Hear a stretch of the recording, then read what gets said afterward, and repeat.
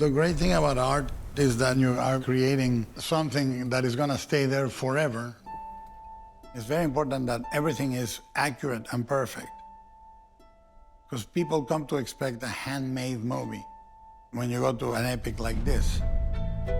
I thought it's going to be an extraordinary process, and it has been.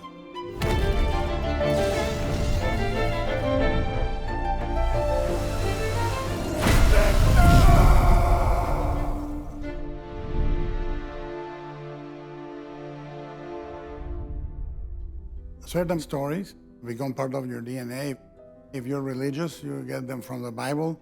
If you love fairy tales, you get them from the fables or parables. Two of the closest things to me are Pinocchio and Frankenstein. The theme of father and sons and the fracturing of a human being is a big theme for him. They both are stories about abnormal kids, quote unquote, born to fathers that are disappointed in a way. Say one word. One word more. Anything. It's Guillermo's take on it. He's been thinking about it for a long time, ever since he was a small child. This has been a bucket list project for him that he's always wanted to do, and he felt like he was ready as a filmmaker to make it. Yes, that's you. I lived with Mary Shelley's creation all of my life, but I wanted to make it my own. Through the years, I decided to make it a he said, she said. The first part of the movie is told from the point of view of the scientist, Victor. Trickery. Are you sure?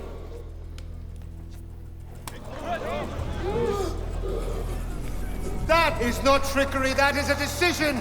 Motor coordination between the eye of one dead man and the arm of another. Release now. Please. Please always helps. There's an element of uncertainty. What can be trusted of Victor's story?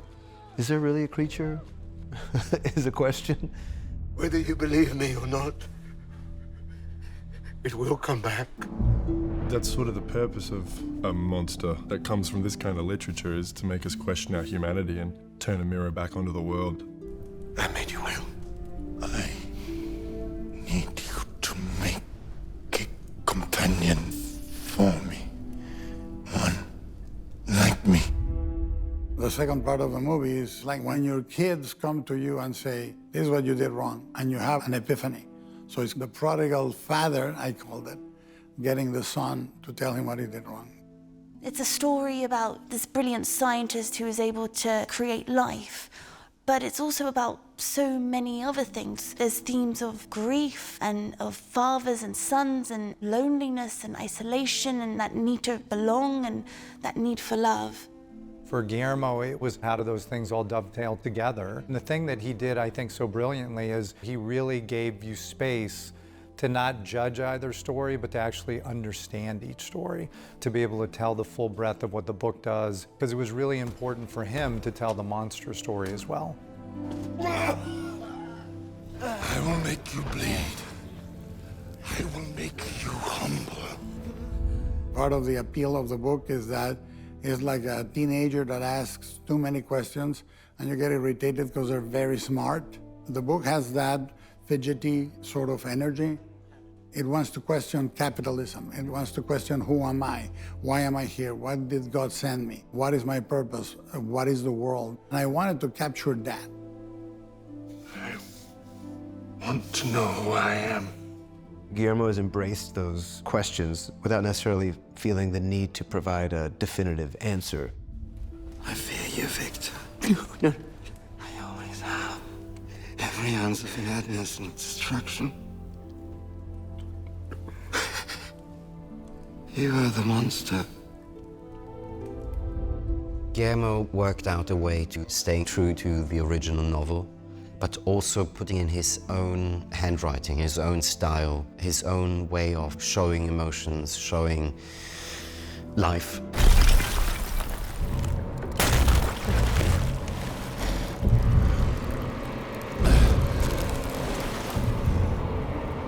The film is a dedication to the metaphysical and gothic and otherworldly, but also very much of this world. He takes the things that we can't conceive, these images from our subconscious, and he brings them back and he makes them palatable for us to understand. I tried to absorb the style of dialogue and the themes. So a lot of the dialogue is entirely original, but it has the patois and the rhythms of Mary Shelley from the book. Some of what I will tell you is fact. Some is not, but it is all true. The way fiction and the reality of the novel merged is just amazing.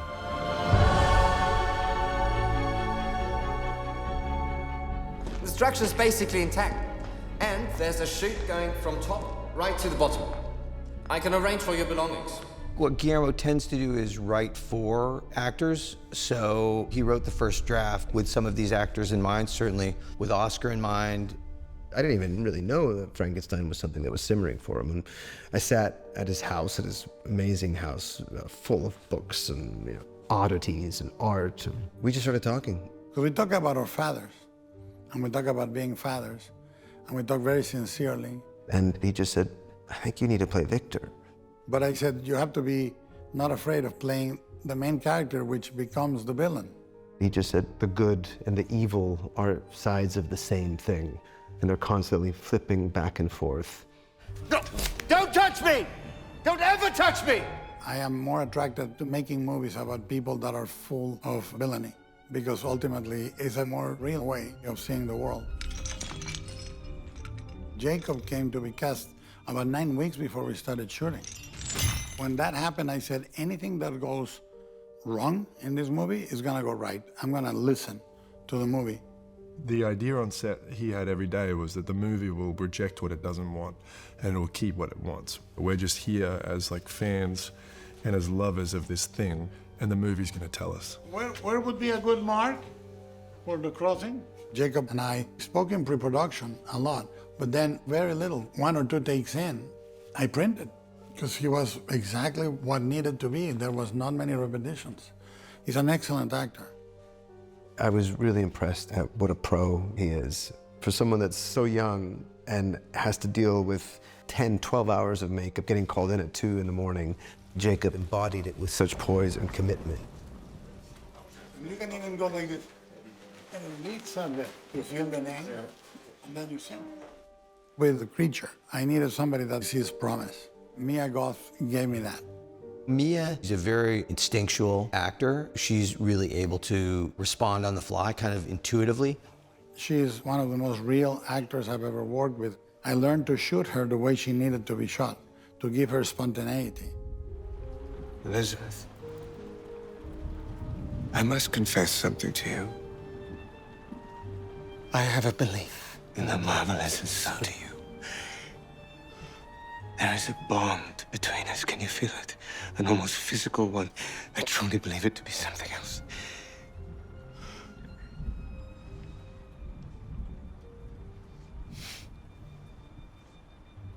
Believing something does not make it true. I figured out that that's exactly how Elizabeth would feel. However it is you feel on the day, let that inform whatever it is the scene wants to be. William! Victor. Look at you! May I introduce the woman I'm to marry, Lady Elizabeth Hollander. There's a big change from the novel and any adaptation of Frankenstein, because Elizabeth is William's fiancée. Felix is William, who is Victor's younger brother. Guillermo really wanted to create that dynamic so you could understand Victor's pain. He's the guy that would love for his brother to love him. Victor Frankenstein's brother doesn't really appear in the novel. It's a 5-year-old child, and that's it. When I read the script, I nearly fainted because Guillermo blew up the whole role to something that is actually quite considerable. If I did my job right, you will feel like that's the way it was, but it's not at all. William was a fully developed character, something I've experienced very rarely. I have secured William's service for the duration of the project. Anything you need or want shall be granted.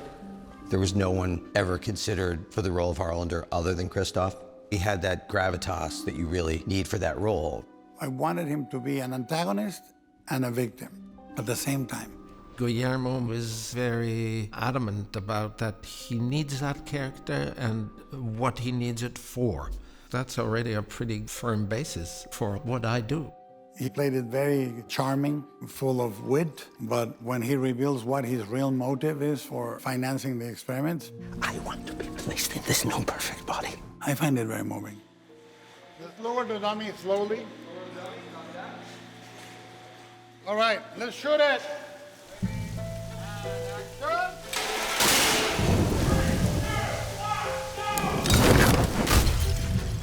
Guillermo has generally said there are 4 legs to the table: production design, cinematography, costumes, makeup, and hair. And they're all essentially one thing. Call them all production design. In that way, those 4 areas have to be completely coordinated. Basically, a director prepares a whole meal, and those that make it with him are also the guests. And if you sit that table properly with Mike, with Kate, with Tamara, with Dan Lauston, it's a great meal. Wardrobe is set. Set construction is wardrobe. And cinematography is set construction. Action. The only role of the director is directing all those elements to tell the same story. A little more of the mushy brains? When we've got the same people doing it over the course of a number of films, that all gets refined. Those trust relationships are completely defined. Communication is very, very clear. That's part of the secret sauce. Little Lauston, like them with a hat or not? Every day I meet with everyone, and every day I tell them what I'm changing. There's not a single thing that means nothing. Everything means everything. That symphonic approach fuses everything: the cinematography, the wardrobe, and the set design. There are very few filmmakers who actually are capable of creating worlds that are able to operate at such a scale and execute such scope. Guillermo really put all of his heart into this film, that you can feel it. He really put something together that is an experience once in a lifetime, I think. Everything had a practical quality, and it speaks to a type of film that is an endangered species, I'd say. I'm not sure how many more of those there's going to be. There are huge sets, huge props, complex wardrobe. I wanted the movie to test the capabilities of every single craft in movie making.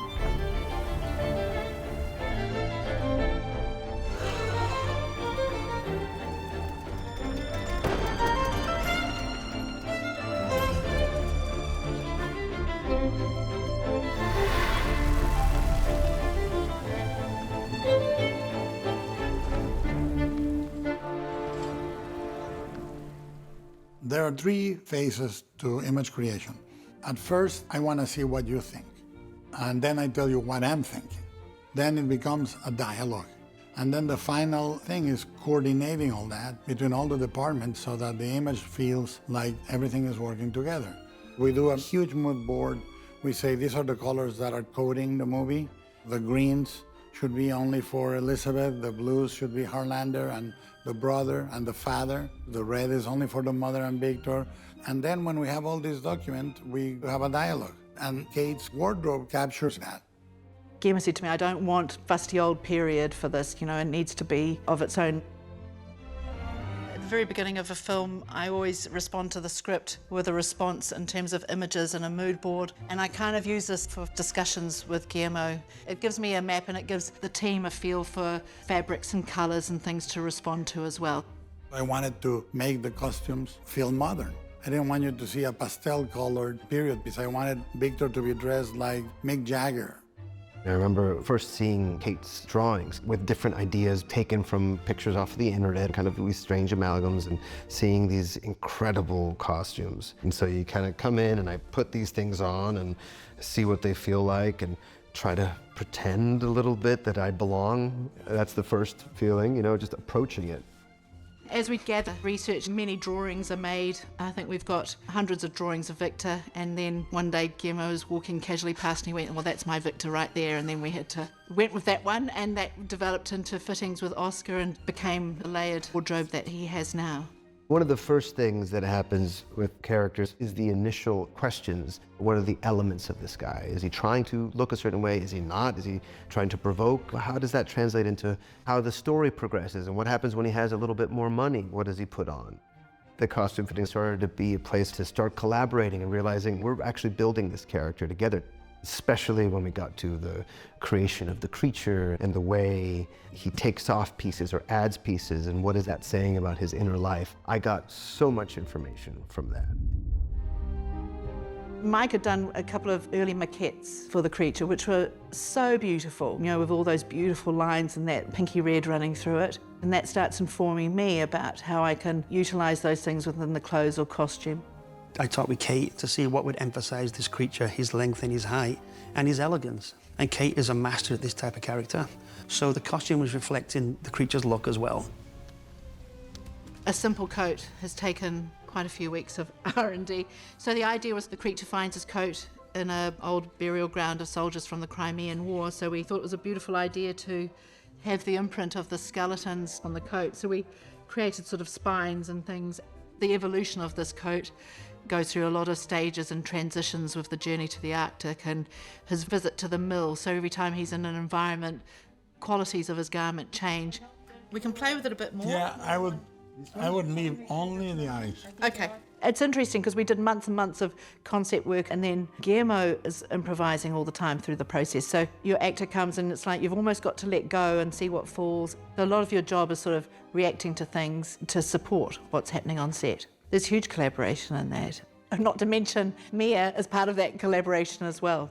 We had so many costume fittings. The level of craftsmanship is unparalleled. I've never experienced anything quite like it. I was always looking forward to my fitting because I was always able to get a little bit more information and to see how Kate was looking at the story as a whole and my relation to other characters and how the dress was a language for that. It's a question about Elizabeth's environment and the books that she loves and nature, and how do we incorporate that into her clothing to make it unique. We took traditional garments like a cape shawl, pelerine of the period. It responded to sort of the beetle and moth imagery that Guillermo likes to use, and we developed these into sort of fractal body patterns.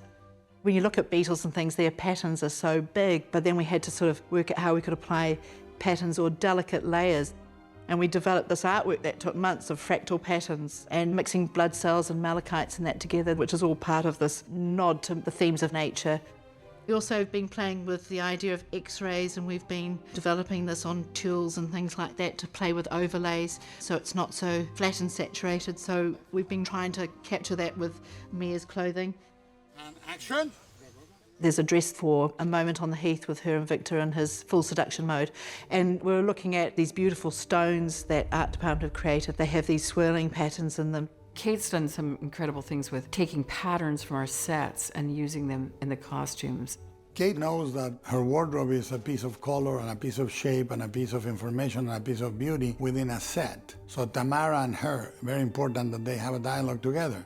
Tamara's great at sharing every part of their process with us, and so we look at the work they're doing and we reflect her architecture and things with our department. You don't feel wardrobe pulling one way and architecture pulling another. These are not isolated ideas that occur at the same time. You're directing an opera and you're leading to the same emotional point. Guillermo's very clear, as was Dan Lausted, our DOP. It was always how colour was going to read, because what you see to the naked eye is not what you're reading on camera ever with these cameras. We do many, many tests through digital cameras. We got Dan to set up lighting. We are very much in control of the color palette, because otherwise it's changing everybody else's work. You know, if Kate is spending a lot of time to find the green color and we're just going to make it more bluish, the green is going to disappear. Dan and I talked about the painterly color of the movie. We ended up with blue, white, and gold for the prologue and the epilogue. Then the childhood is black and white and red. From then on, you start adding more colors.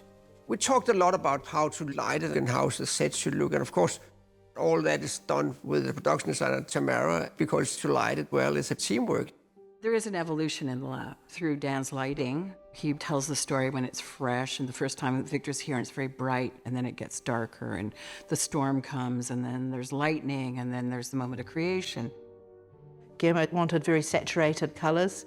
Elizabeth, he wanted in the greens, and Victor's embraced some of the reds, and there's sort of an interesting colour palette together. It reflects the colours in the batteries in the lab, so it's all a part of that slightly psychedelic world. The colour palette for the creature was to make this thing that was pleasing to look at. You know, there's beauty and ugliness.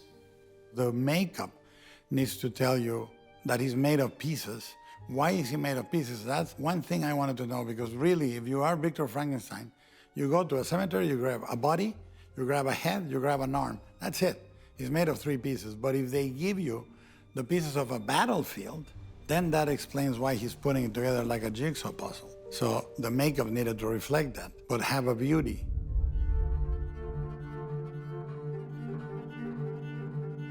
Mike and I are Frankenstein heads. I have a whole room dedicated to Frankenstein. Mike builds the things that are in my room for Frankenstein, and we are groupies. Michael loves Frankenstein as much as Guillermo. When he saw Boris Karloff on screen for the first time, it changed his life. I had to figure out what Guillermo wanted. You know, I can help push his ideas further, but it has to be about what he wants and what his movie's about. And what I got was, people see monsters in beautiful things sometimes, and we didn't have to do this ogre of a creature. We didn't want all these garish wounds and stitching. So I said, well, okay, this is Victor's first go at this. So, you know, a dressmaker can't make the perfect dress the first time. There's a lot more stitches and patching going on. The second one will be a lot better. But his first one, to me, I thought, okay, you've got to make sense of these scars. So maybe they're access points. Maybe they're points he went in, changed the muscle, and then figured, oh, that's not right, it's not working right, I can improve that. Then went back in again. Victor Frankenstein is not a butcher. He's trying to make the perfect man. At the end of the day, this is a man brought back from the dead, but it doesn't mean that he can't look beautiful. So I just played around with colors and forms and shapes that would make the actor's body feel powerful. And developed it further and further from there. Something. To be a part of. So I called Jacob, and immediately we started talking about the monster. When we started, he just said, you have to leave the world behind. Emotionally, you have to close your ears off and close your nostrils off and change the way that you see things to be able to shift into this kind of original being. I said, the hard thing to do is the zero. I said, if you want to study anyone, study your dog. You know, your dog can be there. If it needs to attack something, the dog attacks. And then sit by you like he's been there all day. You are my friend. I studied Buto, which is like the dance of reanimating a corpse. And that was really helpful in terms of isolating different parts of your body and thinking about movement in a different way. Jacob is a really well-proportioned man, so it was ideal, and I could see that in his frame. But also, he had an almost panther-like grace in his body and his movements. I think he was born to do this. And action!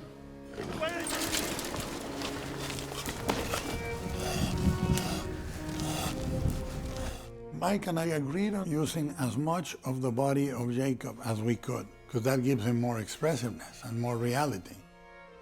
This is the very first time we applied the makeup to Jacob back in Los Angeles. It was the first application we ever did on him, and then the next application was the first day on set. It's a tag team effort. There's a bunch of us and we all swarm Jacob at once. First we start on his head, then we slowly move down, and he's encased in prosthetics. It was totally consuming because I would sit in the makeup chair for 10 hours and sort of lose my humanity, and your skin gets washed out and covered with something in your face and the structure changes, and then you put the costume on and it's an immersive experience. The full body is actually 42 pieces. Normally with a makeup like this, you can overlap an appliance, so you got a little room for error. But since I broke the makeup up along the actual cuts and stitches, where Frankenstein put him together like a jigsaw puzzle, which is very exacting and takes a little longer to apply, but much more man-made looking.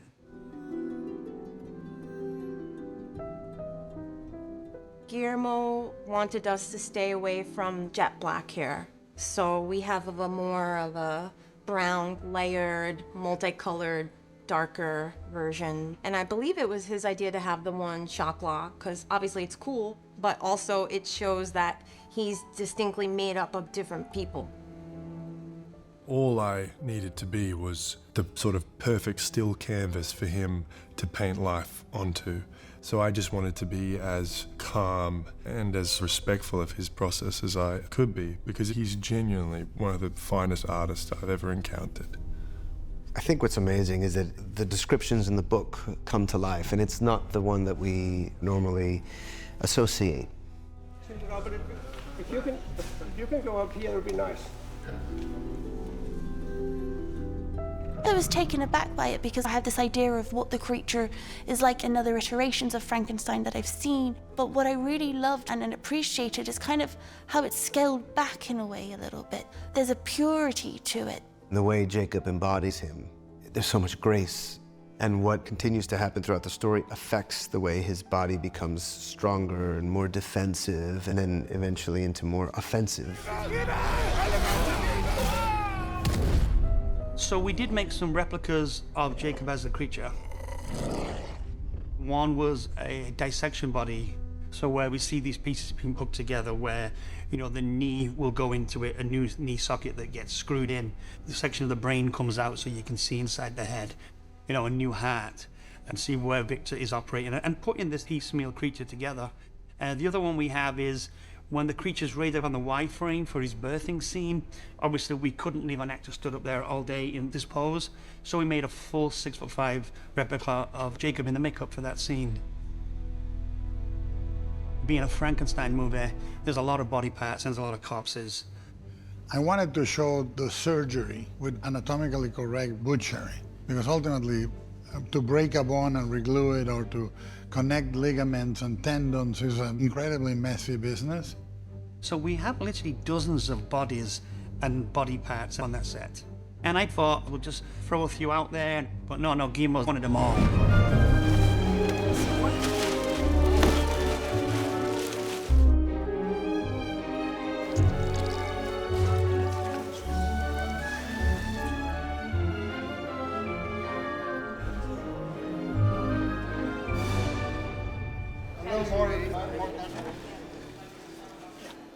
Most directors put their office next to production and accounting, but I am a pest. I put my office in the art department, and I demand to see props 2-3 times a week. A bad piece of set decoration can pop you out of the movie because it's not real anymore. Early on, we were sort of doing this dance of what is our take on Mary Shelley's Frankenstein and what is Guillermo's vision of that. My tendency is to be really real and accurate and historic, and Guillermo is more into the fantasy and pushing the vision. That combination of our two visions together really works. At some point, Guillermo likes to go from the very rough concept to like fully 3D modeled.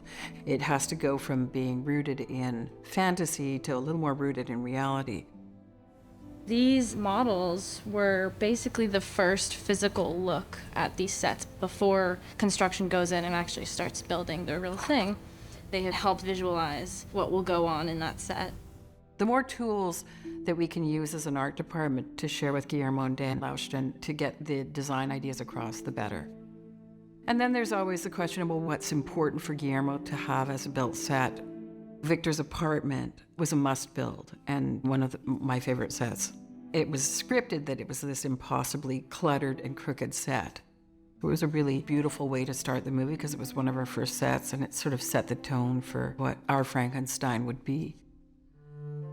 I remember I had my very first day in the lab set. Leaves are falling, water's trickling, and you look up and you just lose it.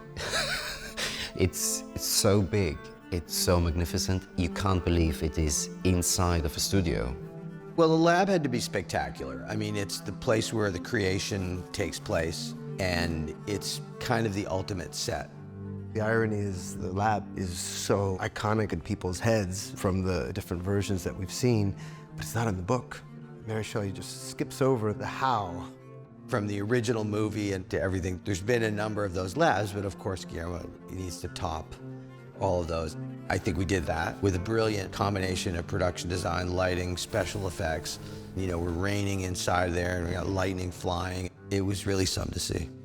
I knew that I wanted to shoot in the lab with big cranes, with a lot of movement, like a concert. So I knew I was gonna have the cranes sweeping up and down. It was a mixture between a musician or a performer going from one synthesizer to the other and having to run 10 stories up to call in the power of electricity and come 10 stories down. and how frantic it is when the storm finally comes.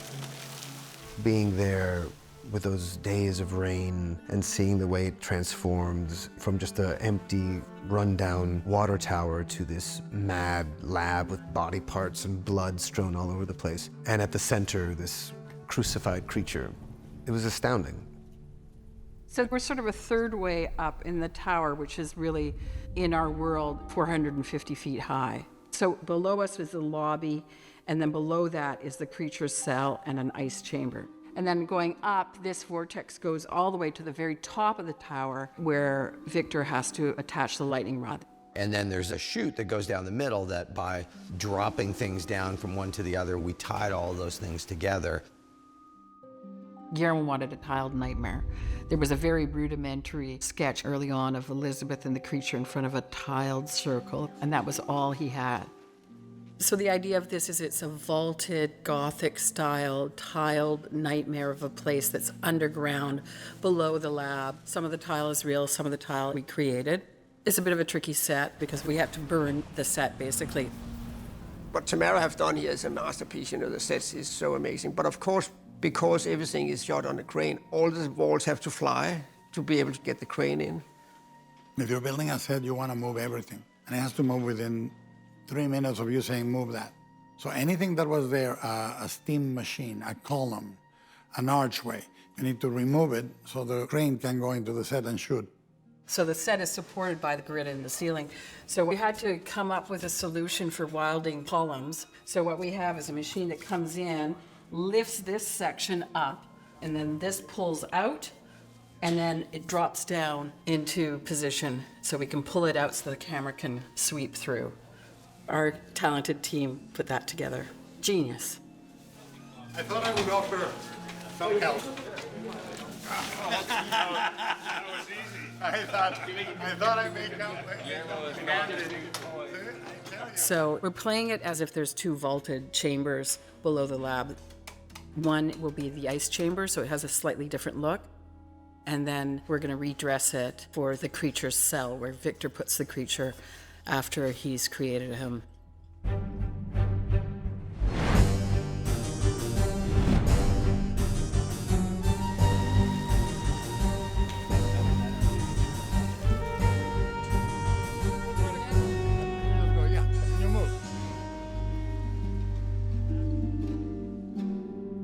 We could have built the ship on a stage, but there's no stage really big enough to hold it, so we built it in a parking lot. It was always there, this kind of icon of the production, just this massive boat. It is so big. It's a monumental piece of craftsmanship. It's like an optical illusion. It doesn't make any sense to you. I want a real ship. I want when the creature moves it, I want the creature to move it. So we did the ship for real. Interior, exterior, everything. It was very exciting because when we got the chance to actually shoot that scene where I get lifted up onto the boat itself with all the sailors and the torches everywhere, it was massive and it moved and it was on a gimbal with ropes and real masts all over the place. So for anyone familiar with the novel Mary Shelley's Frankenstein, you'll know that it starts and ends with a captain's log on a ship. So for us, we had to come up with a strong opening for the front of the movie where the ship is stuck in the Arctic ice, and that's where a lot of the climactic action takes place. So we had to set this ship convincingly in the Arctic ice. You see all these icebergs that were made by our special effects department and our art department. They look incredible. The ship also had to shake from side to side, so we have what is called a gimbal that moves it 9 degrees in either direction.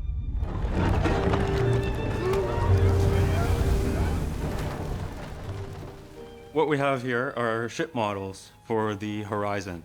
It went through many phases, helping determine how the ship moves, how much of the ship is built. This was used for stunts to figure out which portions of the ship would wild on the port side. And we had our rigging up top for a rigging team. We had portions of our riser that wild for camera.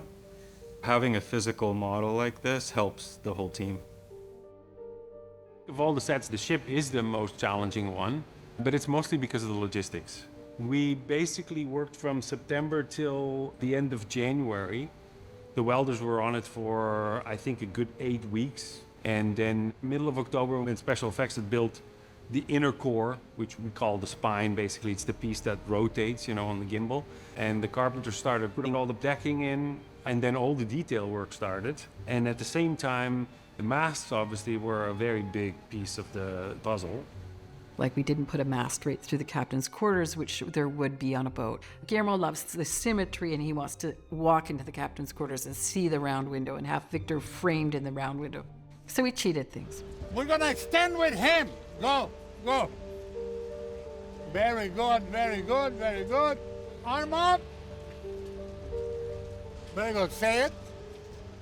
When you're shooting a ship like that, then you have a logistical problem. 50% of craft in directing is problem solving, mechanical and physical means. So in the ship, you have a battle of cranes to light it, cranes for stunt, cranes for blocking the light. Every crane has to negotiate the space. So the negotiation of that logistic to shoot the ship is in and of itself like going into a battle. You have to have a very precise strategy on how you shoot it. In the scale of the movie, he knows exactly how the drama is and how he's going to tell it. He's very precise about that. So the big scale, a lot of action, and then coming into like a very intimate scene in the captain's quarter. Perhaps there is a finer point in me telling you my story. Whether there is or isn't, Baron. I'd like to hear it. Originally, the interior of the ship was going to be Danish white. He said white represents death. And so when you get to the space of the Arctic, it was almost like he'd created a limbo. We made it white, and that kind of worked, but then Kate decided to do the Royal Navy in a particular blue that was a little heightened. And I remember, the ship in Tomorrow that, everyone was expecting dark Navy uniforms. There was a question mark, and Guillermo said, no, we need it quite bright. When we saw the uniforms of the sailors, we thought, let's bring that blue into the captain's quarters. So we integrated Kate's colors into the ship.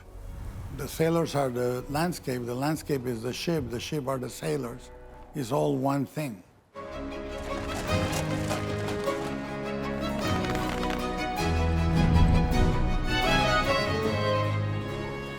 In terms of Edinburgh, where we shot the street scenes, it really wasn't a stretch for us because it was actually used as a marketplace at the time.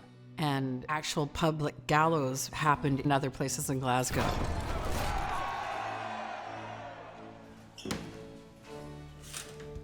The cathedral has huge soaring ceilings that are amazing. Just when you go to frame them in our, 185 frame, you don't see the soaring ceilings unless you're, looking up. But the lower area of the cathedral had lower arched ceilings, and it was moody and intimate.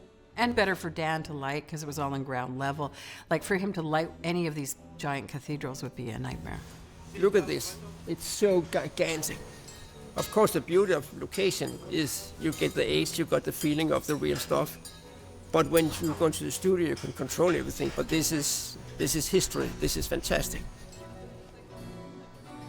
We shoot much more wide angle than what we have done before.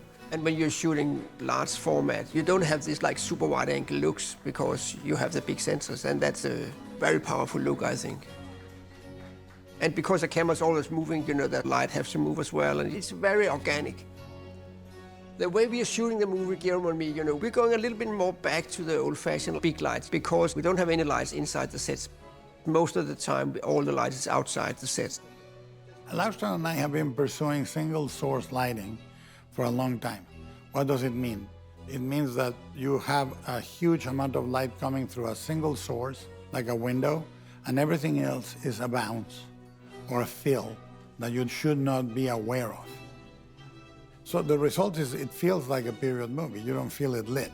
It feels like you're entering a real place.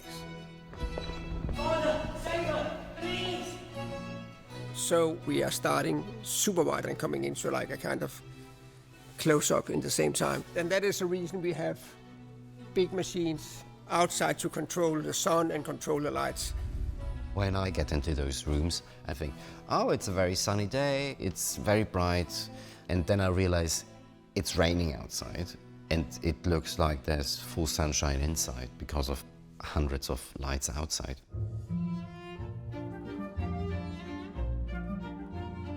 We want to do as much as we can in the camera, and the miniature shooting is because it looks so real. There is a difference between the physical and the digital. particularly in something like the explosions of the lab. You are seeing real bounces of the physical battery falling and hitting the other. And the accidents that happen with a physical set blowing apart are going to be 10 times more complex than any decision a digital technician made. This tower is 450 feet high.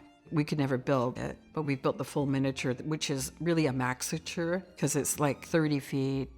There was a set built in Toronto that we then had to match as model makers, but at a 1:40 scale. There's some details that we have that traditionally we'd have to hand sculpt to do the match, but now we can use 3D printers to help us. So a good example is the door at the very front. All that ornate detail, at one point someone had to sculpt, but this time round we know that is going to be the exact same thing as what's over in Toronto. That was kind of a fascinating process to work with a group of artists who, there might only be 10 people in the world who do what they do.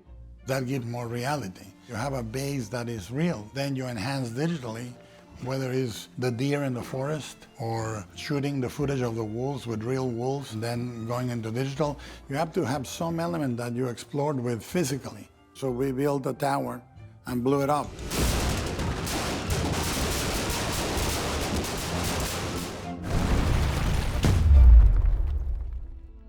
Guillermo's process has gotten much more immediate. On this movie, he's been a constant presence in the cutting room early every day to see how the story that is on the page is translating into the story on screen, which are not always the same thing. Guillermo has a pretty good idea what the movie's gonna look like, but he still shapes it as he shoots. And if there's something that you need that you may not have, it gives you the ability to go back and get it. It reminded me of when I would make movies with my friends with the video camera, and you're like, okay, now you say your line. Okay, now you say your line. Basically editing in camera. It had that kind of energy to it. Okay. We started with no score because the movie does have a great rhythm without any temp music.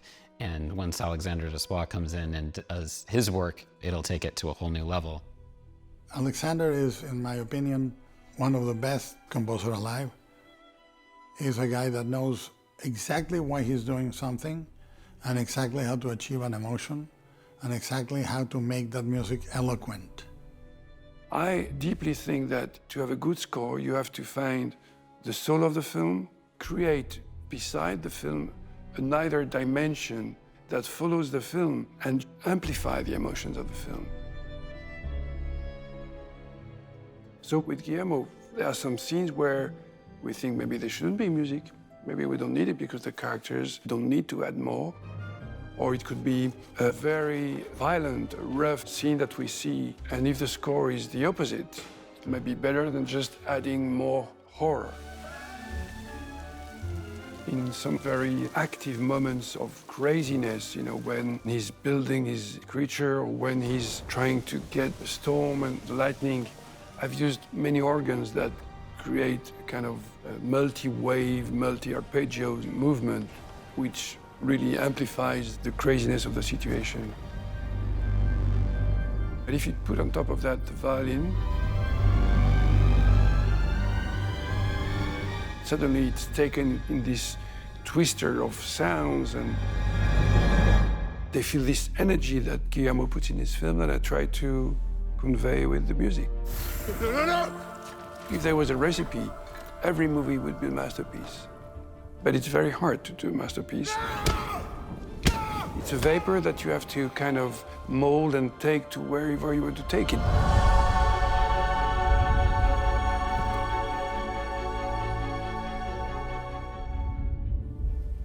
Is immortality a curse or a blessing?